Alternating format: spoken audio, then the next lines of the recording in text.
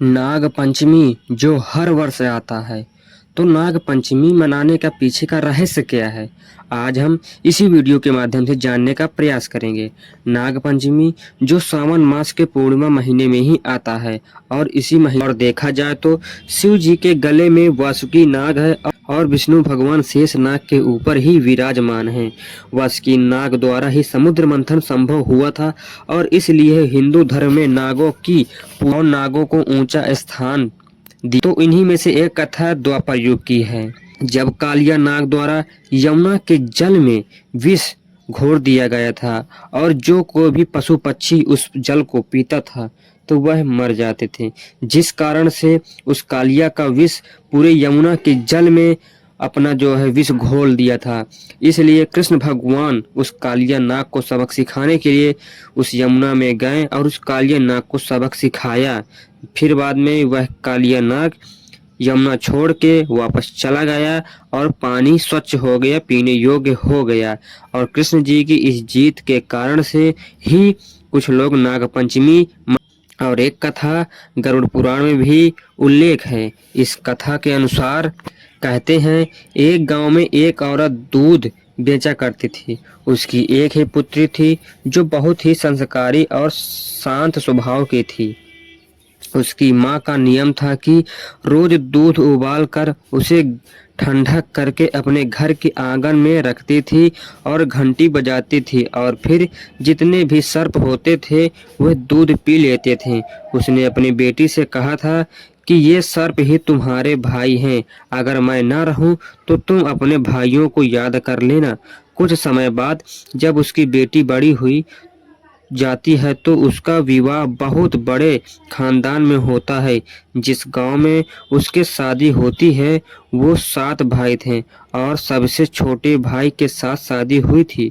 उनके पिता उस गांव के मुखिया थे, सबसे छोटी बहू होने के कारण। लेकिन ये सब सुनने के बाद भी वह किसी से कुछ नहीं कहती है। अब सावन का महीना चालू हुआ था। सारे बहुएं बहुत ही खुश थीं कि उनके भाई उनको लेने के लिए आने वाले थे।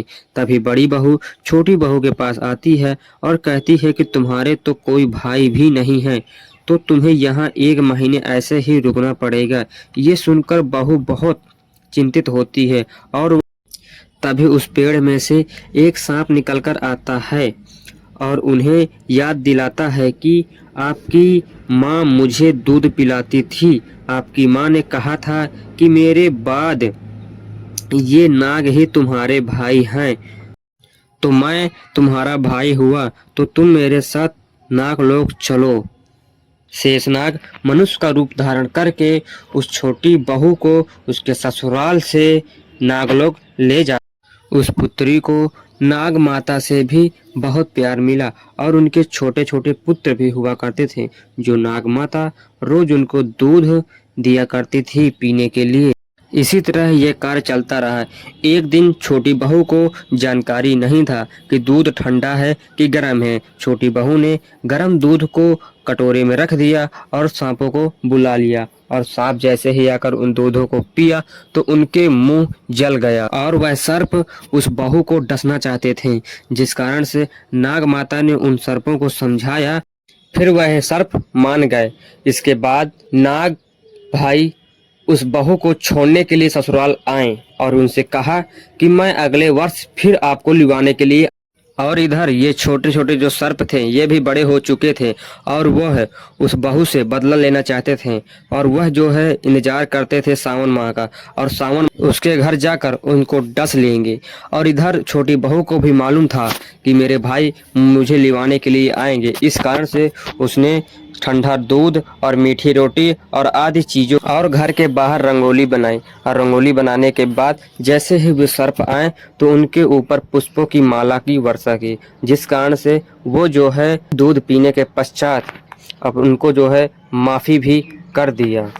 इसी कारणवश से आज भी सभी महिला और सभी लोग इस त्योहार को इसी कारण से इस चीज़ को मनाते हैं कि हमसे जो भी गलती हुई हो हमको माफ़ किया जाए और सर्पों को दूध पिलाया जाता है नाग पंचमी।